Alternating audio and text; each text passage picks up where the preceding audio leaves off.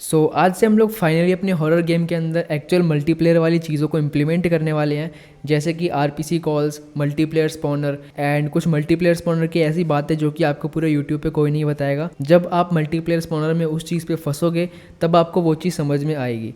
तो वो मैं आप लोग को डायरेक्टली बता दूंगा, आपको फंसने की ज़रूरत नहीं है। साथ में हम लोग ये समझेंगे एक अथॉरिटी क्या होती है। आप लोगों ने बहुत सारे अदर वीडियोस में नाम सुना होगा, प्लेयर को अथॉरिटी देना।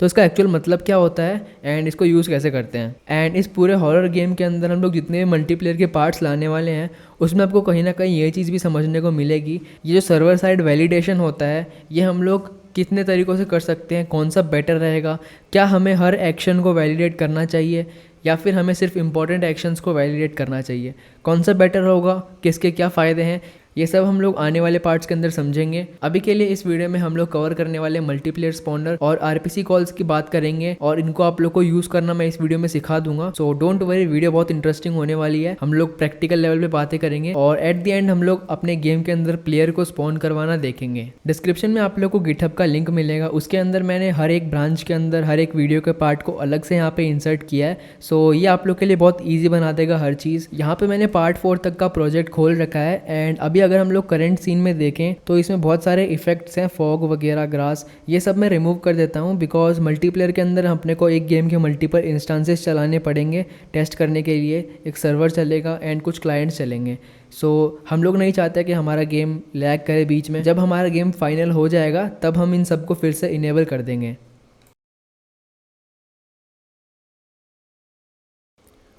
अब मैं अपने प्रोजेक्ट के अंदर एक नई स्क्रिप्ट जो कि ऑटो लोड या फिर ग्लोबल आप लोग बोल सकते हो, उसे मैं यहाँ पे क्रिएट करूँगा एंड उसका नाम मैं यहाँ पे दूंगा लॉबी।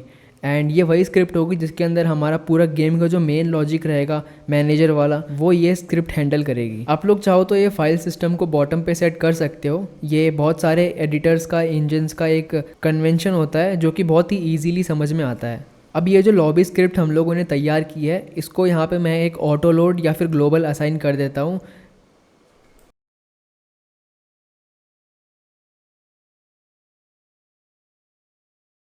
अब इस स्क्रिप्ट के अंदर कुछ भी लिखने से पहले अपने को एक सीन तैयार करनी होगी जहाँ से हम लोग एक्चुअल अपने मल्टीप्लेयर एनवायरनमेंट के अंदर एंटर होंगे, एक सर्वर के तौर पे या फिर एक क्लाइंट के तौर पे।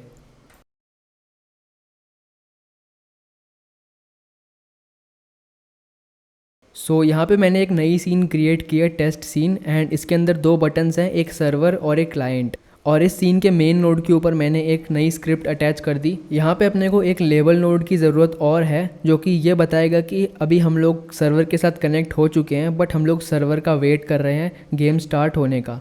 और साथ में एक बटन और रहेगा, स्टार्ट बटन, जो कि हम लोग सर्वर वाली विंडो के ऊपर दिखाएंगे एंड उस पर क्लिक करते ही जितने भी क्लाइंट्स कनेक्टेड हैं उन सबका गेम स्टार्ट हो जाएगा। अब आप चाहो तो इस स्क्रिप्ट के अंदर सभी नोड्स के रेफरेंस ले सकते हो बट यहाँ पे मैं इन दोनों के ले रहा हूँ और बाकी को हम लोग डायरेक्टली एक्सेस करेंगे। अब इन तीनों बटन्स के प्रेस सिग्नल को मैं यहाँ पे कनेक्ट कर लूँगा। अब यहाँ पे लॉबी वाली स्क्रिप्ट को ओपन करके एक छोटा सा बॉयलर प्लेट कोड लिखेंगे जिससे कि हम लोग अपना सर्वर और क्लाइंट क्रिएट कर सकें। सबसे पहले यहाँ पे कुछ कॉन्स्टेंट्स डिफाइन किए हैं। पहला है पोर्ट, दूसरा है आईपी और तीसरा है मैक्स क्लाइंट्स। मतलब इस सर्वर से मैक्सिमम इतने क्लाइंट्स कनेक्ट होने चाहिए। और अपने गेम के अंदर क्योंकि 4 प्लेयर्स होंगे इसीलिए यहाँ पे मैंने 4 का रखा है, बट बाद में अगर इसको चेंज करना होगा तो हम लोग बाद में यहाँ पे आके कर सकते हैं। उसके बाद यहाँ पे मैंने एक नया फंक्शन क्रिएट किया है, स्टार्ट सर्वर, और ये सिर्फ एक बार ही कॉल होगा। मतलब कोई एक चीज़ इसको कॉल करेगी और फिर वो चीज़, वो इंस्टेंस जो है अपने आप में एक सर्वर कहलाएगा। और इसके अंदर जब आप पहली लाइन के अंदर देखोगे तो यहाँ पे हम लोगों ने एक क्लास का यूज़ किया है, इनेट मल्टीप्लेयर पीयर, और इस क्लास की मदद से हम लोग एक इंस्टेंस क्रिएट कर सकते हैं मल्टीप्लेयर का। अब वो सर्वर होगा कि क्लाइंट होगा ये हम लोग आगे जाके डिफाइन कर सकते हैं। जैसे कि सेकंड लाइन में मैंने लिखा है पीयर डॉट क्रिएट सर्वर और इसके अंदर 2 पैरामीटर्स पास किए हैं, पहला पोर्ट और दूसरा मैक्स क्लाइंट। अब इसकी मदद से यहाँ पे अपने पास ये जो पीयर है ये एक सर्वर बन चुका है। और सेकंड फंक्शन में आप लोग देख सकते हो इसकी जगह पे मैंने यूज़ किया है क्रिएट क्लाइंट फंक्शन का, और ये अपने नाम में ही क्लियर होता है कि वो क्या करता है, उस पीयर को एक क्लाइंट के फॉर्म में बना देता है। उसके बाद गोरोट के अंदर एक मल्टीप्लेयर सिंगलटन होता है, उसमें बस अपने को एक मल्टीप्लेयर पीयर की प्रॉपर्टी में ये पीयर असाइन करनी होती है। तो अब इससे क्या होता है, अपना जो गोरोट का पूरा इंस्टेंस है वो ये चीज़ समझ जाता है कि ये गेम एक मल्टीप्लेयर एनवायरनमेंट का गेम है और इसमें जो मल्टीप्लेयर पीयर में असाइन किया हुआ पीयर है वो एक सर्वर है या फिर क्लाइंट। अब हम यहाँ पे कुछ सिग्नल्स को कनेक्ट करेंगे।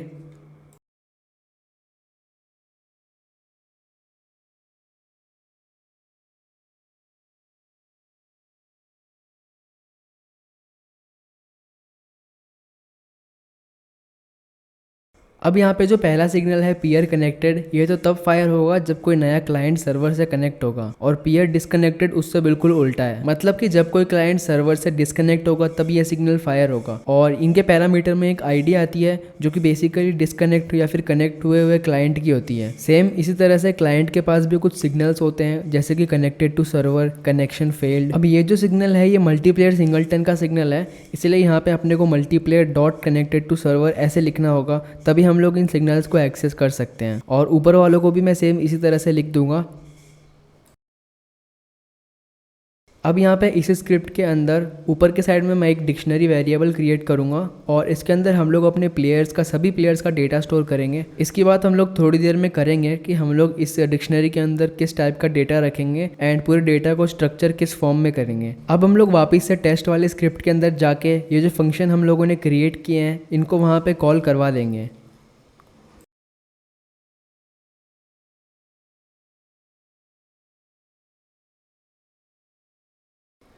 अब इस स्क्रिप्ट के अंदर हम लोग एक रेडी फंक्शन बनाएंगे, और उसके अंदर ये जो जितने भी बटन्स हैं इनको हम लोग रिस्पेक्टिवली शो और हाइड करवाएंगे। फॉर एग्जांपल स्टार्टिंग में सिर्फ क्लाइंट बटन और सर्वर बटन ही शो होने चाहिए, और जब मैं क्लाइंट बटन पे क्लिक करूं तो जैसे ही मैं सर्वर से कनेक्ट हो जाऊं उसके बाद लेबल शो हो जाए, और जब मैं सर्वर बटन पे क्लिक करता हूं तो सर्वर क्रिएट होने के बाद यहाँ पे स्टार्ट बटन विजिबल हो जाए और बाकी सब कुछ हाइड हो जाए। इसको इम्प्लीमेंट करने के लिए हमें लॉबी स्क्रिप्ट के अंदर यहाँ पे कुछ और सिग्नल्स को क्रिएट करना होगा, और यहाँ पे हम लोग एब्स्ट्रैक्शन का यूज़ करते हुए एक और लेवल बनाएंगे सिग्नल्स का, और फिर हम लोग यहाँ पे उन सिग्नल को एमिट करवा देंगे और अपने टेस्ट वाली सीन के अंदर उनको लिसन कर लेंगे।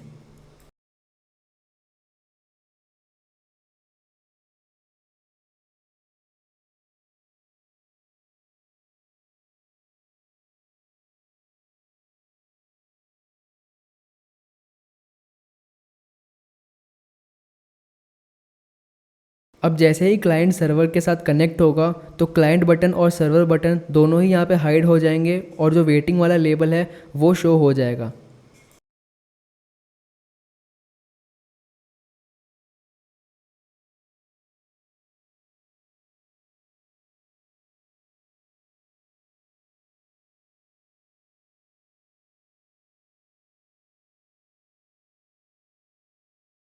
सर्वर क्रिएशन के साथ भी मैंने सिमिलर ही चीज़ की है। यहाँ पे जैसे ही हम लोग क्रिएट सर्वर पे क्लिक कर देते हैं उसके बाद रिस्पेक्टिव बटन्स हाइड हो जाएंगे, और जो स्टार्ट गेम वाला बटन होगा वो अकेला यहाँ पे शो होगा। और यहाँ पे इनिशियल के लिए भी कर दिया है। अब हम लोग एक्चुअल आरपीसी कॉल्स की तरफ बढ़ सकते हैं, एंड सबसे पहले हम लोग आरपीसी कॉल का यूज़ करेंगे गेम स्टार्ट करने के लिए। सो इसके लिए मैंने यहाँ पे एक फंक्शन क्रिएट किया है। इसको देखकर घबराने की ज़रूरत नहीं है, मैं आप लोग को एक एक चीज़ एक्सप्लेन करूँगा। तो अभी देखते हैं इस फंक्शन की एक एक वर्ड की तरफ कि ये फंक्शन किस लिए हम लोग यूज़ कर रहे हैं एंड इसमें ये सारी चीज़ें लगाने से क्या होगा। अब अगर किसी भी फंक्शन के ऊपर गोरोट के अंदर @RPC लिख के लगा हुआ आता है तो समझ जाना वो एक नॉर्मल फंक्शन बिल्कुल भी नहीं है। आप लोग अगर उसको नॉर्मली कॉल करने जाओगे तो वो कॉल तो हो जाएगा बट उसका कोई सेंस नहीं बनेगा, बिकॉज आरपीसी फंक्शंस होते हैं स्पेशल केस के लिए। अगर आप लोग इस वाले आरपीसी फंक्शन को ध्यान से देखोगे तो इसमें @RPC के अलावा भी इसमें कुछ एज ए आर्ग्यूमेंट या फिर पैरामीटर पास किए हैं मैंने, कॉल लोकल, उसके बाद रिलायबल। इनका मतलब क्या होता है, देखो गोरोट की जो वेबसाइट है हाई लेवल API वाली मल्टीप्लेयर के लिए, उसमें आपको इन सब की डेफिनेशन मिल जाएगी, बट वहाँ से हो सकता है मैक्सिमम लोगों को समझ में ना आए। तो इसीलिए अभी हम लोग एक छोटा सा सेक्शन इस वीडियो में ऐड कर रहे हैं जिसमें मैं आप लोग को ये आरपीसी के सारे पैरामीटर्स एक्सप्लेन करूँगा, और ये भी एक्सप्लेन करूँगा कि आरपीसी होता क्या है और किस तरह से ये कॉल होता है।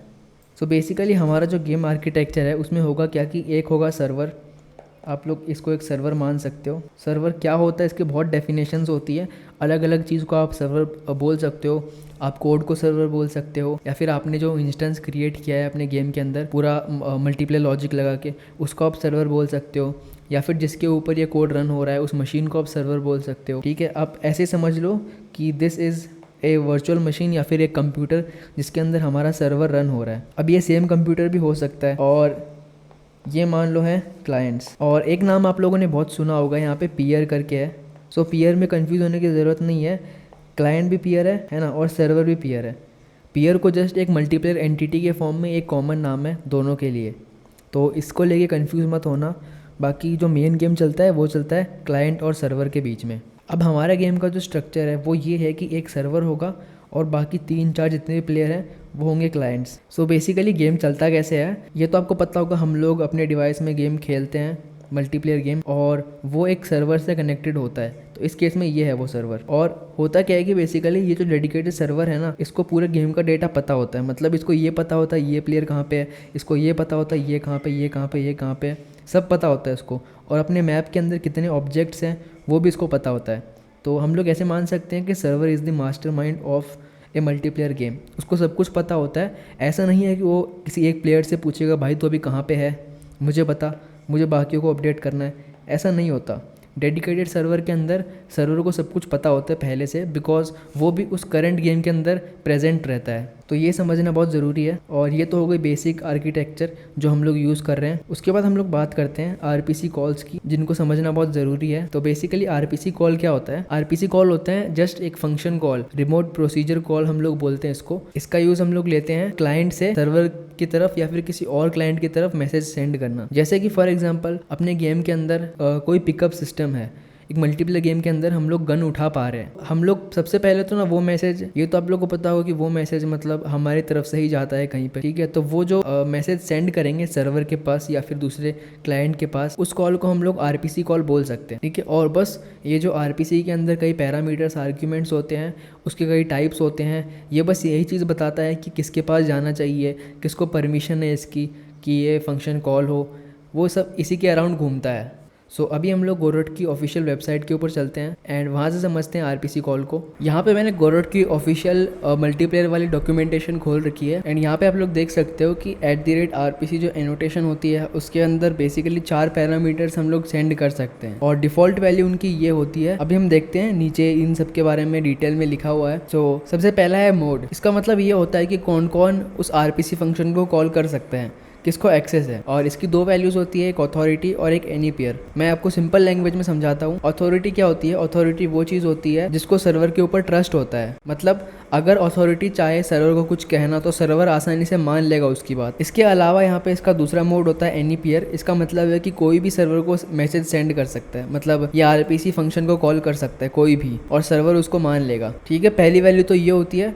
और सेकेंड आता है उसके बाद सिंक, और सिंक की भी 2 वैल्यूज़ होती है, कॉल रिमोट और कॉल लोकल। इसमें बस थोड़ा सा डिफरेंस होता है। इसका मतलब ये है कि मान लो मैंने एक आरपीसी कॉल दिया, एक फंक्शन है XYZ कुछ भी, तो अगर वो फंक्शन मैं कॉल रिमोट के साथ कॉल कराऊंगा, अगर उसके आरपीसी एनोटेशन के अंदर यहाँ पे कॉल रिमोट लिखा हुआ होगा, तो इसका मतलब ये है कि मैं अगर उस आरपीसी कॉल को अपने साइड से कॉल करूँगा तो बाकी जितने भी क्लाइंट, जितनी भी चीज़ें कनेक्टेड है ना अपने करंट नेटवर्क के ऊपर, करंट डेडिकेटेड सर्वर के ऊपर, तो उन सभी का वो फंक्शन कॉल हो जाएगा, लेकिन खुद का नहीं होगा। कॉल रिमोट का मतलब ये होता है।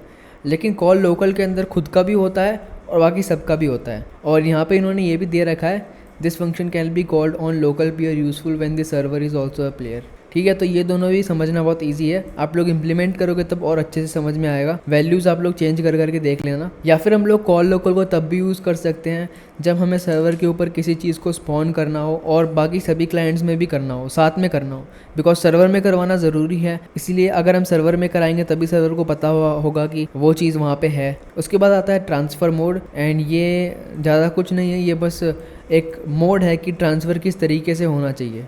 जो हमारे मैसेज है आरपीसी कॉल के, वो इसमें 3 वैल्यूज़ है, अनरिलायबल ऑर्डर और रिलायबल। अनरिलायबल में क्या होता है कि ज़रूरी नहीं है, कंफर्म नहीं है कि तुम्हारे पैकेट, तुम्हारे मैसेज दूसरे किसी क्लाइंट के पास या फिर सर्वर के पास पहुंच जाएंगे, मतलब गारंटी नहीं है इसकी। हालांकि कोशिश करता है, ठीक है। पैकेट्स कैन बी लॉस्ट और किसी भी ऑर्डर में अराइव हो सकते हैं। और अनरिलायबल ऑर्डर में भी कोई गारंटी नहीं होती कि पैकेट पहुंचेंगे, लेकिन जो पहुंचेंगे ना वो प्रॉपर ऑर्डर के अंदर पहुंचेंगे। जैसे आपने मैसेज A पहले सेंड किया, उसके बाद मैसेज B सेंड किया, तो ये गारंटी नहीं है कि मैसेज B आपके पास पहुंच जाएगा, नहीं पहुंचेगा, इसकी कोई गारंटी नहीं है। लेकिन अगर पहुंचा तो A B दोनों ऑर्डर के अंदर जाएंगे। उसके बाद आता है रिलायबल। इसमें ऑर्डर भी होता है और पैकेट पहुंचने की गारंटी भी होती है। और हम लोग मैक्सिमम केस में यही यूज़ करेंगे जहाँ पे अपने को ऐसा रहेगा कि भाई हाँ, ये मैसेज अपने को श्योरली दूसरे क्लाइंट तक या फिर सर्वर तक पहुँचाना ही है। उसके बाद जो चौथा पैरामीटर आता है वो है यहाँ पे एक ट्रांसफ़र चैनल का, और ये डिफ़ॉल्ट 0 पे सेट होता है। ये भी बहुत इंटरेस्टिंग चीज़ है एंड काफ़ी यूज़फुल है। हालांकि इसका यूज़ हम लोग इस वीडियो में नहीं करने वाले, मतलब इस सीरीज़ में नहीं करने वाले, बाकी आप लोग करना चाहो तो कर सकते हो। यहाँ पे इन्होंने इसको एक्सप्लेन भी किया है। जैसे मान लो आपकी गेम के अंदर गेम चैट है, तो आप नहीं चाहते कि किसी मैसेज का वेट करे, जो बाकी के गेम के फंक्शंस है, ठीक है, पोजीशन वगैरह सिंक करवाना, वो सब आप लोग ये नहीं चाहोगे कि गेम में कोई भी एक चैट की वजह से आपका वो डिले हो, तो उसको आप एक अलग चैनल में रख सकते हो कि भाई गेम के चैट एक अलग चैनल के अंदर चलते रहें और जो मेन गेम है उसके आरपीसी कॉल एक अलग चैनल में चलते रहें। तो उसके लिए आप डिफरेंट नंबर का यूज कर सकते हो। और भी आप लोग रीड कर सकते हो, यहाँ पे बहुत कुछ उन्होंने दिया है और एक एग्जाम्पल लॉबी दी है। हालांकि हम लोग ये क्रिएट कर ही रहे हैं थोड़े एडवांस फीचर्स के साथ, ठीक है, इन्होंने एग्जाम्पल दे रखा है, अपन ने भी कुछ सिमिलर सी चीज़ ही यहाँ पे यूज़ की है। सो उम्मीद है आप लोग को ये समझ में आ गया होगा। अभी के लिए बस एक ओवरऑल आइडिया रखो कि कौन कौन सी वैल्यूज़ होती है। ऐसा ना हो कि मैं यहाँ पे कुछ भी लिख दूँ, मैं यहाँ पे एनी पेयर लिख रहा हूँ, आप कन्फ्यूज़ हो रहे हो एनी पेयर का मतलब क्या होता है, बट मैं आपको समझाता भी रहूँगा हर एक फंक्शन के अंदर जो भी हम क्रिएट करेंगे। गाइस वीडियो बहुत लंबा हो रहा था, तो मैंने सोचा कि इस पार्ट को भी 2 में स्प्लिट कर देते हैं। एक तो मैं आपको आज दे रहा हूँ और एक मैं आपको कल दे दूँगा।